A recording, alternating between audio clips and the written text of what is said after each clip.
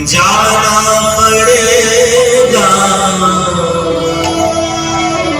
अपने मन को सब समझ रे मन तुझे एक दिन जाना पड़ेगा। जाते समय पछताना पड़ेगा।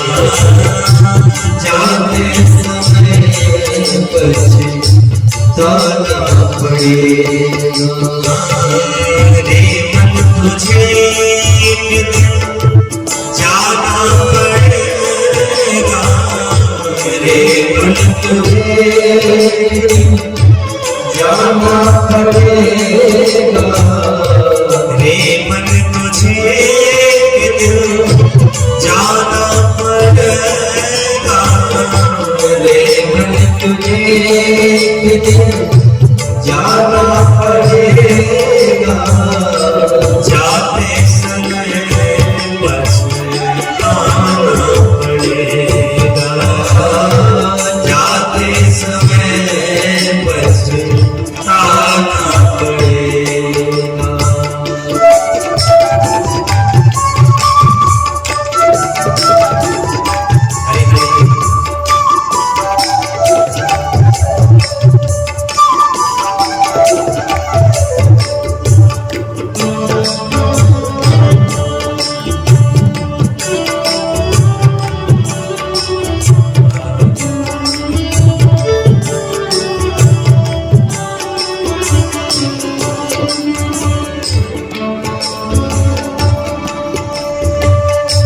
जिस घर को भर के कमाया।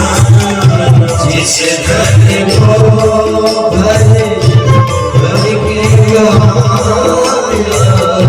जिस घर को भर के कमाया।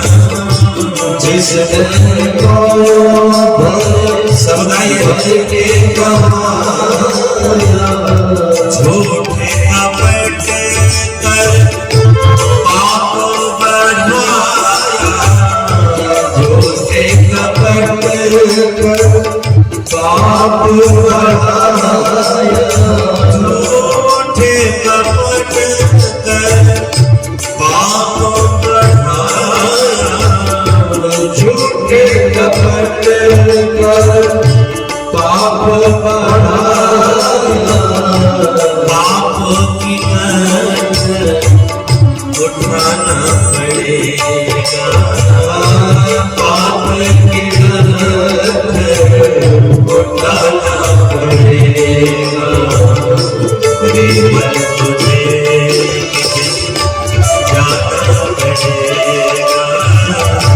जाते समय पछताना पड़ेगा। मन तुझे जाना पड़ेगा। जाते समय पछताना पड़ेगा।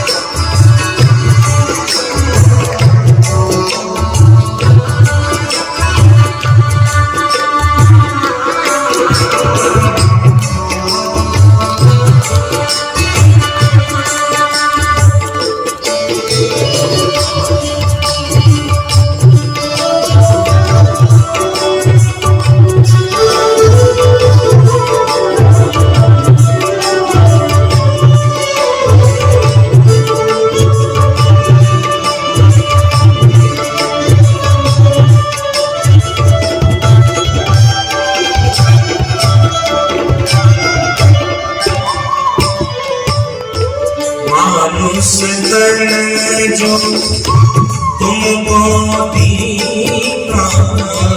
मानुष तन जो तुमको दीना।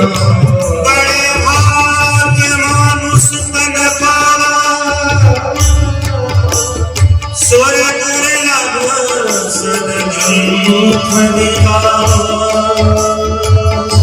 में रखना, हम किसी की नौकरी करते हैं तो हमारा मालिक हमसे हिसाब लेता है कितनी की बिक्री हुई, कितनी की आय हुई, लेखा जोखा साफ को करना पड़ता है, वो भी तो बैठा जाता है। मानुष तन जो तुमको दीना, मानुष तन जो तुमको दीना, पाकर के क्या तूने कीना, पाकर के क्या तूने कीना, इसका भी लेखावा बताना पड़ेगा, इसका भी लेखावा बताना पड़ेगा, जाते समय बताना पड़ेगा, पर तुझे एक दिन जाना पड़ेगा, जाते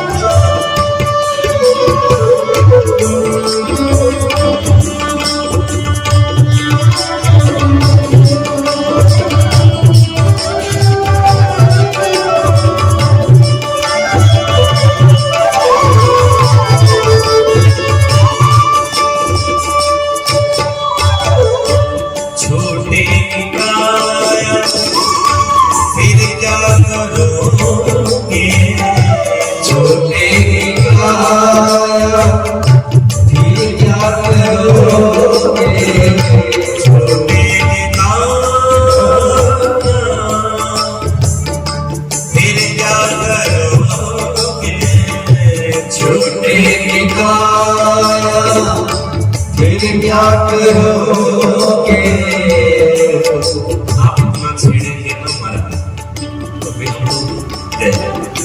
हमारी बड़ी बीमारी यही है।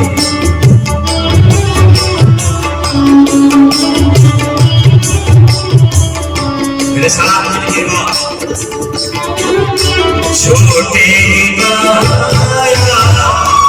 फिर क्या करोगे, छोटे की काया फिर क्या करोगे, पापों की अग्नि तुम फिर जलोगे, पापों की अग्नि फिर तुम जलोगे, फिर उस समय कोई आंसू भी पूछने वाला नहीं होगा।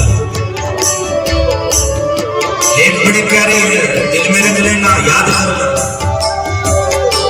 रो रो के आंसू बहाना पड़ेगा, रो रो के आंसू बहाना पड़ेगा, जाने समय पछताना पड़ेगा, मन तुझे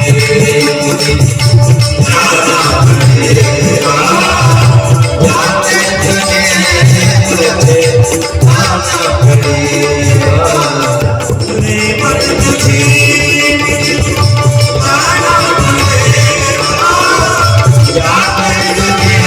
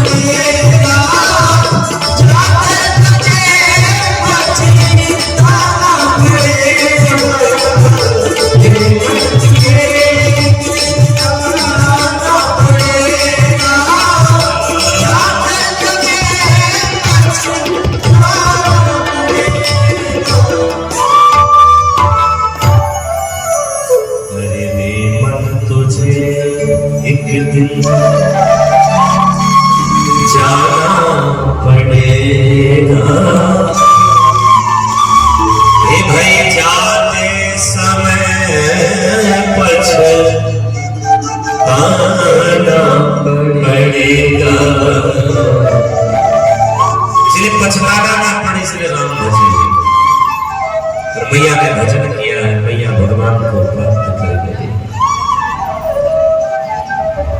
मनु जी महाराज जी के अंदर कन्याओं का वर्णन किया है। आकृति का विवाह रुचि नामक प्रजापति के साथ हुआ, जिनके घर भगवान यज्ञ नारायण अपनी पत्नी को लेकर के दक्षिणा को लेकर के प्रकट रहे, और यही से संसार का मंगल पद हुआ है। यही पुलस्ताद ऋषि महात्मा पधारे हैं। एक बात में ध्यान से सुनिएगा। पुलस्त ऋषि के अभिभू नामक पत्नी के गर्भ से महर्षि अगस्त जी महाराज जी का जन्म हुआ है। देखो, पुलस्त ऋषि के दूसरे पुत्र हैं विश्वश्रवा, इनकी दो पत्नी हैं, एक का नाम है इडविडा और एक का नाम है केसिनी। क्या नाम है? इडविडा और केसिनी। इडविडा से श्रीमान कुबेर जी महाराज प्रकट हुए हैं, और केसरी से तीन पुत्र प्रकट हुए, रावण, कुंभकर्ण और श्रीमान विभीषण जी महाराज। मनु जी महाराज की जो सबसे छोटी बिटिया है, आपका नाम है प्रसूति। प्रसूति का विवाह दक्ष प्रजापति के साथ हुआ है, और दक्ष प्रजापति के घर में 16 कन्याओं ने जन्म लिया है। जिन 16 कन्याओं में से 13 कन्याओं का विवाह धर्म के साथ हुआ है, जिनमें एक कन्या है जिसका नाम है मूर्ति देवी, जिसके गर्भ से भगवान नर नारायण की जन्म हुआ है, जो वर्तमान में हमको बद्रीनाथ जी में दर्शन देते हैं। साथ धर्म के साथ बोलिए श्री बद्री विशाल भगवान की जय। 14वीं कन्या है, नाम है स्वाहा। स्वाहा का विवाह अग्नि के साथ हुआ। 15वीं कन्या है, नाम है स्वधा। स्वधा का विवाह पितरों के साथ हुआ है। और सबसे छोटी बिटिया है, नाम है सती। सती का विवाह भगवान शिव के साथ हुआ है। सुखदेव जी ने कहा कि बेटा परीक्षित, सती का वंश आगे नहीं बढ़ा। क्यों? क्योंकि सती को समय में मरना पड़ा है। एक समय की बात है, बड़े अधिकार दक्ष जब पावा, अति अभिमान हृदय तब नहीं को अस जन्मा जगमाही प्रभुता पाए जाय उदय नाही। इस संसार में ऐसा कोई जन्म नहीं लिया है जिसको पद मिल जाए और अभिमान हो। इसलिए प्रार्थना करें, भगवान से आप सभी प्रार्थना करें कि हे प्रभु, हमारा खूब जीवन वृद्धि हो गया, लेकिन एक हमारी प्रार्थना है कि हमको अभिमान न हो, क्योंकि जिस दिन हमें अभिमान हो गया, हम उस दिन आप शिक्षकों से दूर हो गए।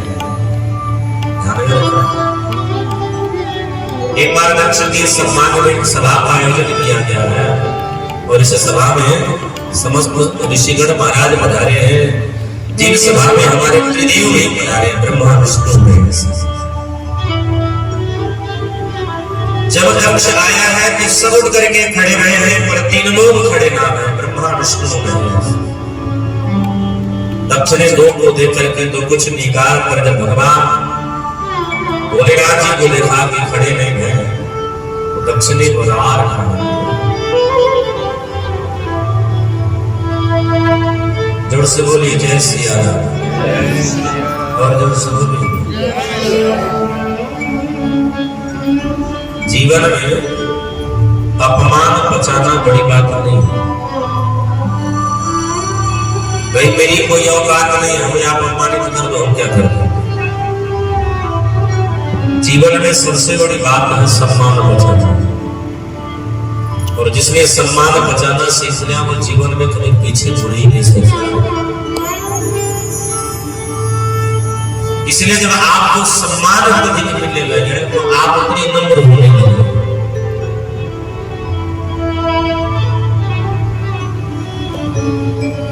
हमारी आपकी दशा क्या है?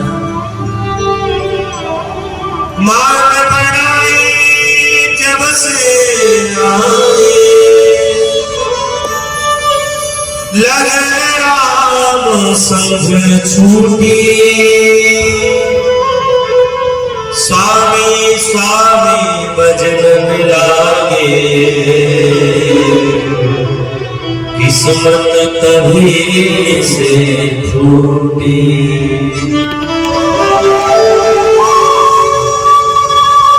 दक्ष को भगवान शिव बैठ करके ही सम्मान दे। देखिए एक हमारी आप सबसे प्रार्थना, सभी लोग ध्यान से सुनिए।